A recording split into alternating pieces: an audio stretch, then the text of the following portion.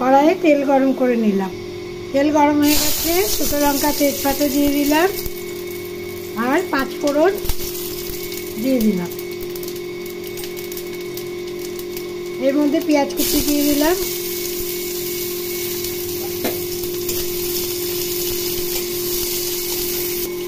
পেঁয়াজ একটু লাল করে ভেজে নেব।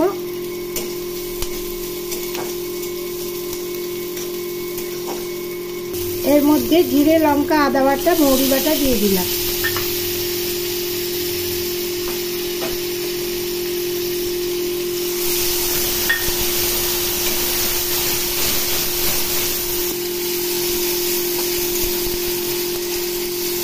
মশলা কষানো হয়ে গেছে, এখন ডাল ঢেলে দেবো।